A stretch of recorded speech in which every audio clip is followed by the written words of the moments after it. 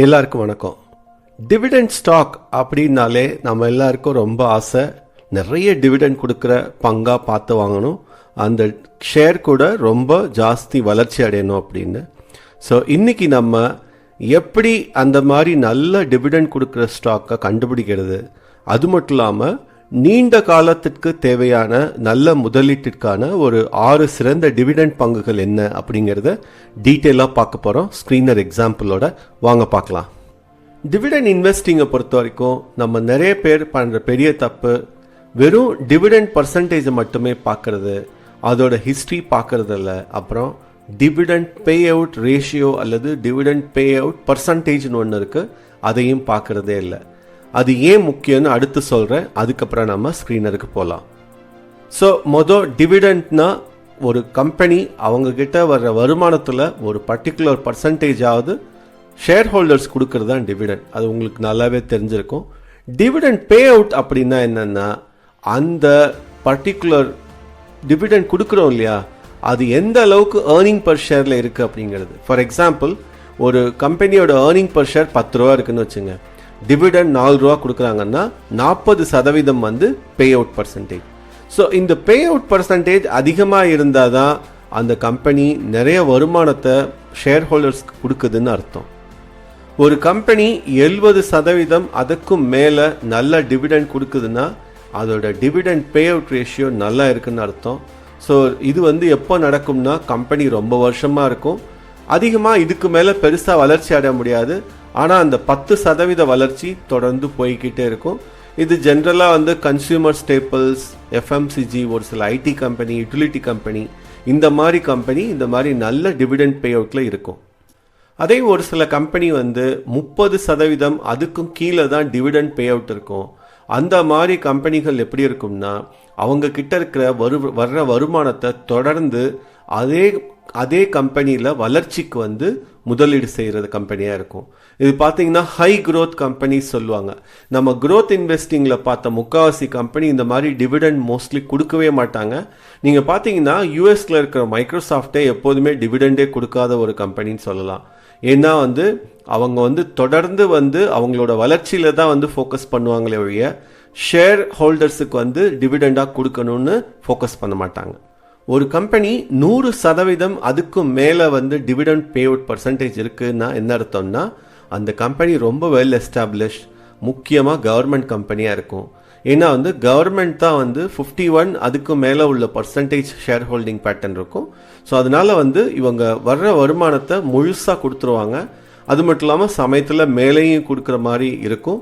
So அந்த மாதிரி நடக்கிறது ரொம்ப சகஜம் பிஎஸ்சி கம்பெனியில். இன்ஃபேக்ட் நிறைய பேர் பிஎஸ்சி கம்பெனி வாங்குறதே பார்த்தீங்கன்னா இந்த மாதிரி நல்ல டிவிடெண்ட் வருது அப்படிங்கிறதால. ஸோ இது நிறைய ரீசன்ஸ் இருக்கலாம். இன்ஃபேக்ட் டேக்ஸ் ரிபேட் கிடைக்கலாம், இல்லை அந்த டிவிடெண்ட் கவர்மெண்ட்டுக்கு தேவையாக இருக்கலாம். இந்த மாதிரி நிறைய ரீசன்ஸ் இருக்கலாம். ஆனால் ஒரு ப்ரைவேட் கம்பெனி நிறைய இந்த மாதிரி 100 அதுக்கும் மேலே டிவிடெண்ட் கொடுக்குதுன்னா நீங்கள் நிச்சயமாக கேர்ஃபுல்லாக இருக்கணும். அந்த கம்பெனியில் கடன் இருக்கா, இல்லை அந்த கம்பெனியோட ஷேர் ஹோல்டிங் பேட்டர்ன் இருக்குது அப்படிங்கிறத நல்லா கவனிக்கணும். ஒரு கம்பெனியோட டிவிடெண்ட் பே அவுட் 0வாக இருக்குது அப்படின்னா அந்த கம்பெனி சுத்தமாக டிவிடெண்ட் கொடுக்கறதே இல்லை. ஒன்று, அது கிட்ட கிடைக்கிற வருமானத்தை ஃபுல்லாகவே ரீஇன்வெஸ்ட் பண்ணணும், இல்லைன்னா டிவிடெண்ட் கொடுக்குற அளவுக்கு வருமானமே வரலை அப்படின்னு அர்த்தம். ஸோ ஒரு கம்பெனி டிவிடெண்ட் கொடுக்கறது, அப்புறம் டிவிடெண்டோட பே அவுட் பர்சன்டேஜ் எப்படி இருக்குங்கிறது ரொம்ப முக்கியம் பார்க்கறது. அதுக்கப்புறம் அந்த கம்பெனி கன்சிஸ்டண்ட்டாக டிவிடெண்ட் கொடுக்குதா அப்படிங்கிறது பழைய ஹிஸ்ட்ரி எடுத்து பார்த்தா உங்களுக்கு தெரியும். இதுவும் நம்ம ஸ்க்ரீனரில் செக் பண்ணலாம், நான் சொல்கிறேன் எப்படி பண்ணுறதுன்னு. அதுக்கப்புறம் முக்கியமாக எந்த அளவுக்கு அந்த கம்பெனிக்கு கடன் இருக்குது, எந்த அளவுக்கு வருமானம், கேஷ் ஃப்ளோ, அப்புறம் ப்ராஃபிட்டபிலிட்டி, இதெல்லாம் இருந்தால் தான் அதால் தொடர்ந்து டிவிடெண்டும் கொடுக்க முடியும், வளர்ச்சியும் அடைய முடியும். ஸோ இதெல்லாம் பார்க்காம வெறுமனே டிவிடெண்ட் பர்சன்டேஜ் மட்டும் பார்த்துட்டு நீங்கள் ஒரு ஸ்டாக் வாங்கினீங்கன்னா அதுக்கப்புறம் அந்த ஸ்டாக் தொடர்ந்து கீழே போயிட்டுருக்கும். இப்போ கொடுக்குற டிவிடெண்ட் அடுத்த வருஷம் கொடுக்க மாட்டான். ஸோ இந்த மாதிரி நடக்காமல் பார்த்துக்குங்க. ஸோ நம்ம ஸ்க்ரீனர் போகலாம். நீங்கள் பொதுவாக டிவிடெண்ட் ஈல்டு ஒரு 2%க்கு மேலே, இல்லை 1% இல்லை 2%க்கு மேலே இருந்தாலே கிட்டத்தட்ட ஒரு 150 கம்பெனி 2%க்கு மேலே டிவிடெண்ட் கொடுக்குது. என்ன ப்ராப்ளம்னா, அவங்களுக்கு எவ்வளோ டெட் இருக்குது, உண்மையிலே நல்ல என்ட்ரி பாயிண்ட்டாக தொடர்ந்து கொடுக்குறாங்களா, இந்த விஷயங்கள்லாம் நமக்கு தெரிஞ்சிக்க வாய்ப்பு இல்லை இந்த மாதிரி பண்ணோம்னா. ஸோ ஒரு ஆப்டிமைஸ்ட் கொரி, அதாவது ஒரு டிவிடெண்ட் ஈல்டு வந்து 2% மேலே, மார்க்கெட் கேப் வந்து நிச்சயமாக வந்து ஒரு 5,000 மேலே. ஏன்னா வந்து ரொம்ப மைக்ரோ கேப்பாக இருக்கக்கூடாது. முக்கியமாக இந்த டிவிடெண்ட் பே அவுட் பற்றி சொல்லியிருந்தேன், அதுவும் வந்து செக் பண்ணுறோம். அதோட முக்கியமாக இந்த ப்ராஃபிட் க்ரோத் வந்து செக் பண்ணிக்கோங்க. அது 3 இயர்ஸ் 5 இயர்ஸ் 7 இயர்ஸ் இது எல்லாமே வந்து ஒரு 10க்கு மேலே இருந்தால் நல்லாயிருக்கும்.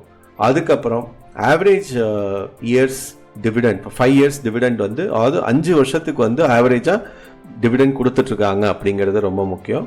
அதுக்கப்புறம் லாஸ்ட் இயர் டிவிடெண்ட் அதுக்கு 5 வருஷம் டிவிடெண்டை விட ஜாஸ்தி இருந்தால் ஒரு நல்ல டிவிடெண்ட் கம்பெனி இப்போதைக்கு இருக்குது அப்படின்னு தெரியும் நமக்கு. அப்புறம் நம்ம வந்து வழக்கம் போல் வந்து பெக் ரேஷியோ வந்து போட்டோம்னா நிச்சயமாக வந்து நமக்கு வந்து ஒரு நல்ல entry point. So PEG ratio எப்போதும் 0 to 1 இருந்தால் இப்போதைக்கு நல்ல என்ட்ரி பாயிண்ட் உள்ள ஸ்டாக்ஸ் கிடைக்கும். ஸோ இந்த கொடி ரன் பண்ணாலே உங்களுக்கு வந்து ஒரு 11 கம்பெனி வருது. ஸோ இந்த 11 கம்பெனியில் நம்ம வந்து ஒரு 6 கம்பெனி எப்படி செலக்ட் பண்ணுறது, ஏன் வந்து மற்றது ஒமிட் பண்ணுறேன், இது இல்லாமல் நிறைய லிஸ்ட் ஆஃப் ஸ்டாக்ஸ் நீங்கள் சொல்லலாம். அதெல்லாம் ஏன் ஒமிட் பண்ணுறேன்னு நான் எக்ஸ்பிளைன் பண்ணுறேன். நம்ம ஃபில்டர் பண்ணதில் ஃபஸ்ட்டு கம்பெனி வந்து ரெடிங்டன். இதை பற்றி ஆல்ரெடி நம்ம வந்து பார்த்துருக்கோம். இந்த கம்பெனி பார்த்திங்கன்னா ஆப்பிள்லேருந்து எல்லா விதமான மொபைல் கம்ப்யூட்டர் ப்ராடக்ட்ஸ் கிட்டத்தட்ட வந்து ஒரு 180 டிஃப்ரெண்ட் பிராண்ட் ஆஃப் ப்ராடக்ட்ஸ் வந்து இவங்க இந்தியாவில் இம்போர்ட் பண்ணி வாங்கி விற்கிறாங்க.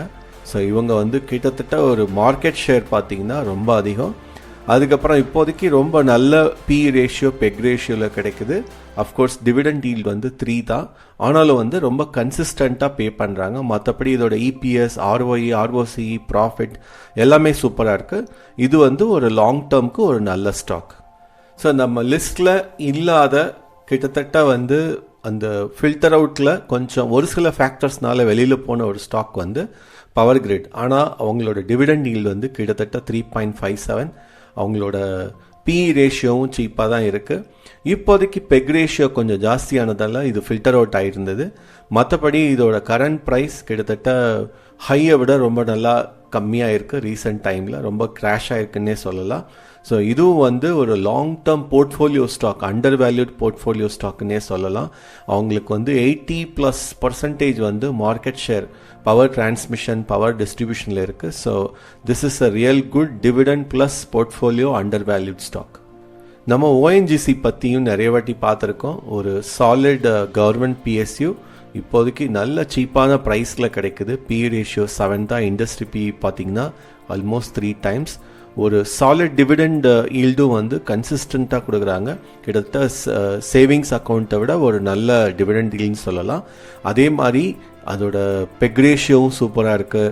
பெருசாக வந்து ஆர்ஓஇ, ஆர்ஓசி பார்க்க தேவையில்லை. கன்சிஸ்டண்ட்டாக இபிஎஸ் இன்க்ரீஸ் ஆகிட்டே இருக்குது. So this a very good portfolio stock, under valued stock plus டிவிடெண்டும் கொடுக்குற ஸ்டாக். இது நிறைய பேருக்கு வந்து ஃபேவரேட் ஸ்டாக்குன்னே சொல்லலாம். கோல் இண்டியா இப்போதைக்கு நல்ல விலையில் கிடைக்குது, ரொம்ப கம்மி. இன்ஃபேக்ட் அதோட ஆல் டைம் ஹை வந்து 540க்கு மேலே, இப்போதைக்கு 380 லெவலில் கிடைக்குது. பி ரேஷியோ ரொம்ப கம்மி. முக்கியமாக டிவிடெண்ட் டீல்ஸ் சூப்பராக இருக்குது. அதாவது ஒரு long time value stock plus PSU. So பொதுவாக பிஎஸ்யூஸ் தான் வந்து நிறைய வந்து இந்த டிவிடெண்ட் நிறைய கொடுப்பாங்க. அது ஒரு முக்கிய ரீசன். இந்த ஸ்டாக் பார்த்தீங்கன்னா இது பிஎஸ்யூவாக இருந்தாலுமே இதோட இபிஎஸ், ஆர்ஓஇ, ஆர்ஓசி வந்து பட்டாசு கலப்பது. இது வந்து ஒரு நல்ல வேல்யூ ஃபைண்டுன்னே சொல்லலாம். பிபிசிஎல், பாரத் பெட்ரோலியம், இதுவும் வந்து ரொம்ப சீப்பாக கிடைக்குது. பெக் ரேஷியோ பாருங்கள், பி ரேஷியோ பாருங்கள். கரண்ட் ப்ரைஸ் வந்து 280 லெவலில் இருக்குது. கிட்டத்தட்ட அதோட ஹை பார்த்திங்கன்னா 375க்கும் மேலே. நல்ல ஆர்ஓஇ, ஆர்ஓசிஇ, இபிஎஸ் எல்லாமே சூப்பராக இருக்குது. ஸோ இப்போதைக்கு ஓஎம்சிஸ் எல்லாமே நல்ல கிராஷ் ஆகிருக்கு. ஏன்னா நிறைய போர் நடந்துகிட்ருக்கு, ஆயில் ப்ரைஸ் ஜாஸ்தியாக ஃப்ளக்சுவேட் ஆகிட்டுருக்கு. அதனால் ஸோ எப்போ இந்த போர்லாம் ஓஞ்சி ஒரு நல்ல நிலைமைக்கு வரும்போது இந்த ஆயில் மார்க்கெட்டிங் கம்பெனிஸ்லாம் வந்து ரொம்ப நல்ல விலைக்கு போகும். அப்போ வந்து நமக்கு வந்து டிவிடெண்டும் கிடச்சிருக்கும், நல்ல வேல்யூவும் கிடச்சிருக்கும். இப்போதைக்கு இந்த டிவிடெண்ட் டீல் ரொம்ப அட்ராக்டிவாக இருக்குது, 7.26.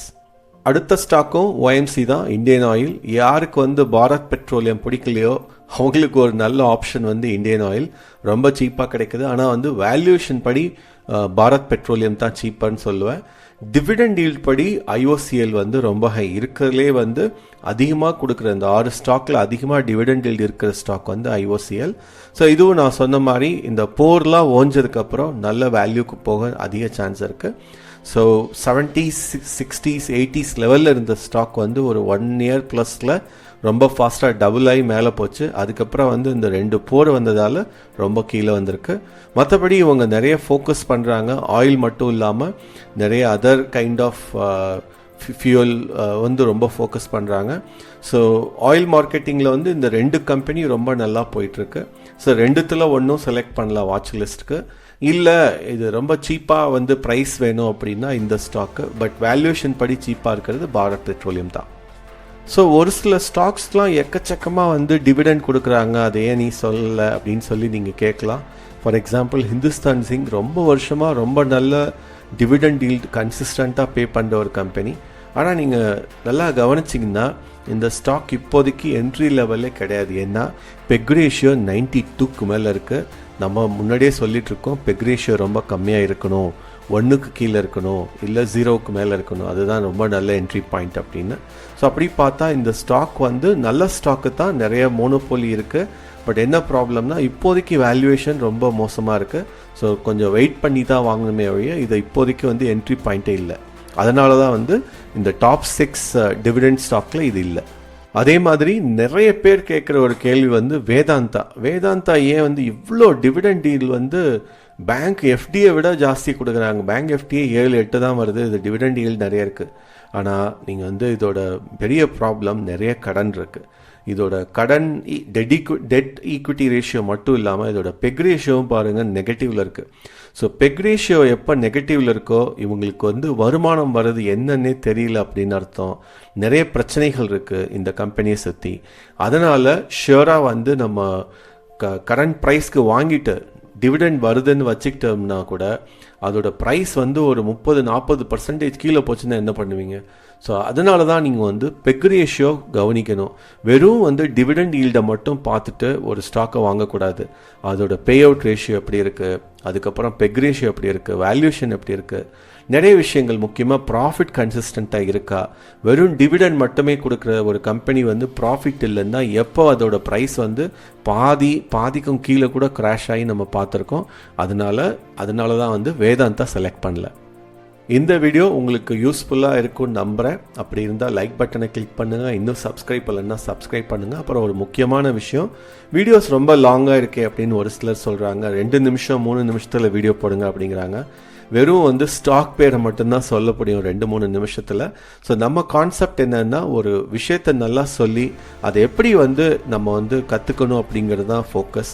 வெறுமனே ஸ்டாக் ப்ரைஸ் சொல்லிட்டு போகிறது என்னோட ஸ்டைல் இல்லை. ஸோ இப்போ பார்த்தீங்கன்னா இந்த வீடியோ பார்த்தீங்கன்னா நான் வெறும் 6 டிவிடெண்ட் டீல் ஸ்டாக் மட்டும் சொல்லிட்டு போகலாம். அதுக்கு பதிலாக நம்ம எப்படி கொரி போடுறோம், எப்படி அதை ஆப்டிமைஸ் பண்ணுறோம், எதனால் வந்து ஒரு சிலதை வந்து ஒமிட் பண்ணுறோம், அந்த கற்றுக்கிறது தான் ரொம்ப முக்கியம். அதுதான் வந்து உங்களை லாங் டேர்ம் வந்து நீங்களாகவே அது பண்ண முடியும். அதனால தான் புரிஞ்சுக்குவீங்கன்னு நினைக்கிறேன். நன்றி.